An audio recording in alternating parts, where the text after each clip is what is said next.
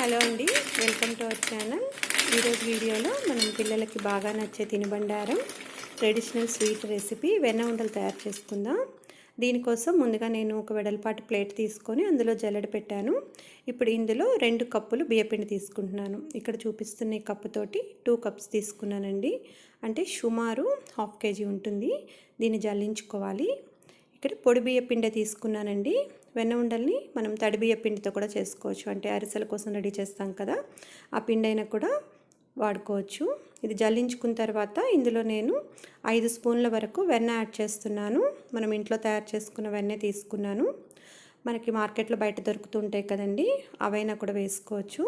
అంటే ఇక్కడ సుమారు నేను 5 స్పూన్లు అంటే 100 గ్రామ్స్ వరకు తీసుకున్నానండి. మనకి వెన్న బియ్యపిండితోటి బాగా మిక్స్ అయిపోవాలి. ఎక్కడ ఉండలు లేకుండా ఇలా బాగా పూర్తిగా కలిసిపోయేలాగా గట్టిగా కలుపుతూ మిక్స్ చేసుకోండి. మనం ఇలా ముద్దలాగా చేసినప్పుడు చూడండి, ఇలా విరిగిపోకుండా ఇలా నిలబడి ఉండాలి. అవసరమైతే 1 స్పూన్ వెన్న అయినా కూడా యాడ్ చేసుకొని ఇలా తయారయ్యేలా కలుపుకోండి. మరి ఎక్కువ వేసేసినా కూడా విరిగిపోతాయి.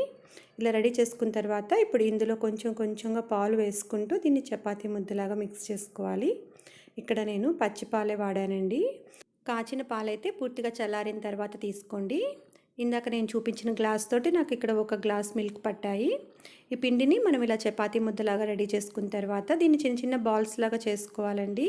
ఈ చిన్న ఉండలు తయారు చేసుకోవటానికి మనకి ఎక్కువ టైం పడుతుంది. పిండి మొత్తాన్ని ఇలాగే ఓపెన్గా పెట్టేసి చేసినట్లయితే మనకి డ్రై అయిపోతుంది. అందుకని కొంచెం పిండి వరకు నేను తీసి పక్కన పెట్టుకున్నాను ప్రస్తుతం చేసుకోవటానికి. మిగిలిందంతా కూడా ఇలా ఒక బౌల్లో పెట్టి పైన మూత పెట్టేసుకొని పక్కన పెట్టుకోండి. ఆ పిండి అయిపోయిన తర్వాత ఇందులోంచి కొంచెంగా తీసుకుంటూ మనం చిన్న ఉండల్లాగా తయారు చేసుకుందాం. ఇప్పుడు మనం తీసి పక్కన పెట్టుకున్నాం కదా, దీన్ని ఒకసారి ఇలా బాగా మిక్స్ చేసుకొని కొంచెంగా పిండిని తీసుకొని ఇలా 2 అరచేతుల్లో ప్రెస్ చేసుకుంటూ మనం చిన్న బాల్స్ లాగా చేసుకోవాలి. ఇవి చిన్న ఉండలు చేసుకుంటే తర్వాత మనకి ఆయిల్లో ఫ్రై చేసినప్పుడు చక్కగా లోపల దాకా చక్కగా ఫ్రై అయిపోయి మనకి బాగా బరుగులాడుతూ ఉంటాయండి. ఇప్పుడు ఇవి కూడా మనం ఇలా ఓపెన్గా పెట్టేసామంటే డ్రై అయిపోతాయి కదా, అందుకని దీనిపైన ఒక మూత పెట్టుకోవాలి. ఈ పిండి మనకి చాలా సాఫ్ట్గా ఉంటుంది. పాలు వెన్న వేసి మిక్స్ చేసుకున్నాం కదండి. ఇలాగే మిగిలిన పిండి మొత్తాన్ని కూడా ఇలా చిన్న బాల్స్ లాగా ఇక్కడ పగుళ్ళు లేకుండా రెడీ చేసి పెట్టుకున్నాను.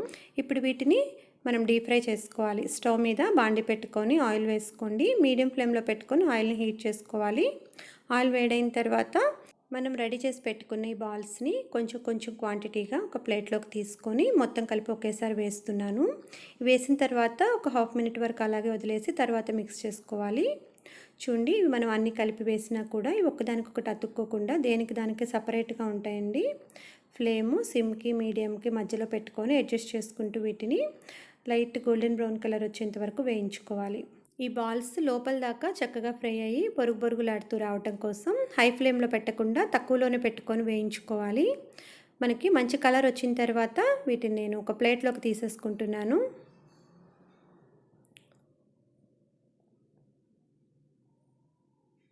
సేమ్ ఇదే ప్రాసెస్లో మిగిలిన బాల్స్ అన్నీ కూడా ఇలాగే వేసుకొని ఫ్లేమ్ సిమ్కి మీడియంకి మధ్యలో అడ్జస్ట్ చేసుకుంటూ మంచి కలర్ వచ్చేంత వరకు వేయించుకోవాలి. చూడండి, ఇక్కడ అన్ని బాల్స్ కూడా నేను వేయించి పెట్టేసుకున్నాను. ఇప్పుడు వీటికి పాకం పట్టాలి. నెక్స్ట్ ఒక బౌల్ తీసుకోండి. అందులో నేను 1 కప్పు బెల్లాన్ని తురిమి తీసుకున్నాను. 2 కప్పులు బియ్యపిండి తీసుకున్నాం కదండి, దానికి 1 కప్పు వరకు బెల్లం తీసుకోండి, కరెక్ట్గా సరిపోతుంది. ఇప్పుడు ఇందులో సేమ్ అదే కప్పుతోటి 1/2 కప్పు వాటర్ తీసుకున్నాను.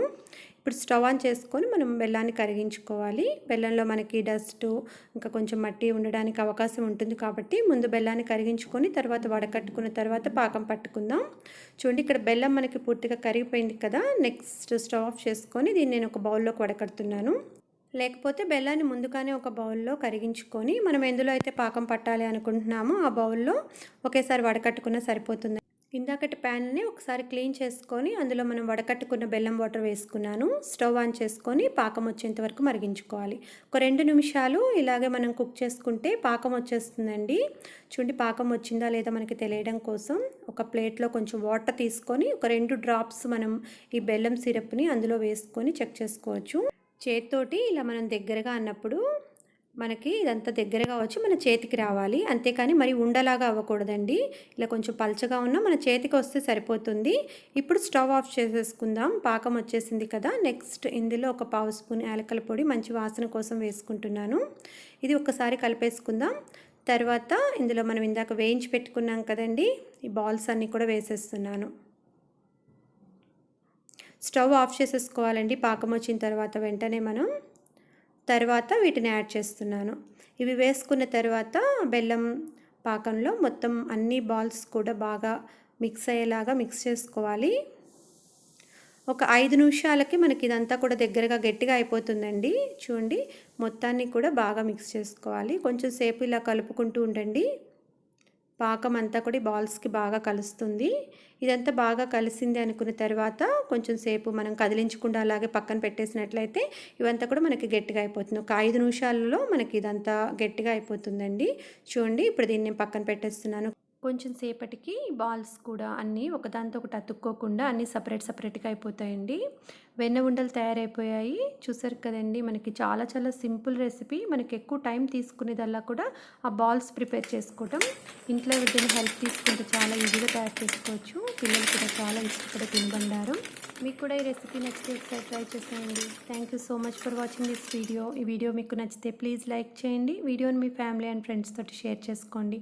మరిన్ని వీడియోస్ కోసం మా ఛానల్ని సబ్స్క్రైబ్ చేసుకోండి.